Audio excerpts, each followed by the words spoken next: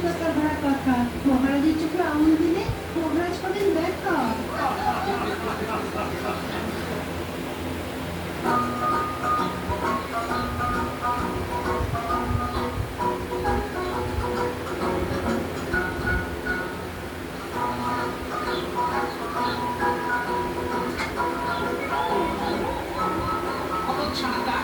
মলত্যাগ করার আর জায়গা পেলি না, শেষে আমার গায়ের উপরেই করতে হলো।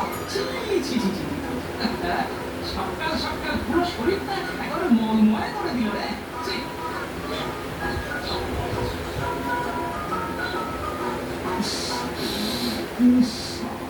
কি বিশ্রী একটা গন্ধ বেরোচ্ছে। নিশ্চয়ই মনে হয় সকালে কারো পেট পরিষ্কার হয়নি, তাই এরকম মন্দ ছাড়ছে। প্রণাম মহারাজ। কি অবস্থা হয়েছে তোমার? সারা গায়ে এসব ময়লা বিষ্ঠা কি করে এলো? আর বলবেন না মহারাজ, আমার বাড়ির ছাদের চালটা চারদিক দিয়ে পুরো ফাটা হয়ে গেছে। ঝড় জল বৃষ্টি সব ঘরে বসে সইতে হয় মহারাজ।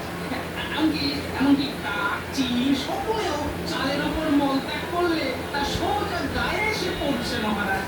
জাল সারাচ্ছ না কেন? সারানোর চেষ্টা তো করছি মহারাজ, কিন্তু আপনি তো জানেন বাজারে কি আগুন দাম।